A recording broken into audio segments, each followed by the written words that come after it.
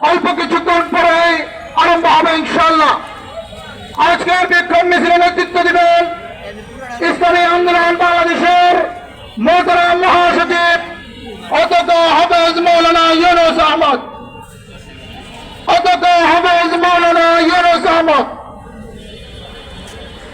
আজকের বিক্ষোভ মিছিলে সভাপতিত্ব করবেন ইসলামী আন্দোলন বাংলাদেশ ঢাকা মহানগর উত্তরের সংগ্রামের সভাপতি সংগ্রামের জনতা মাওলানা হাফেজ শেখ ফজলুল মাসুদ।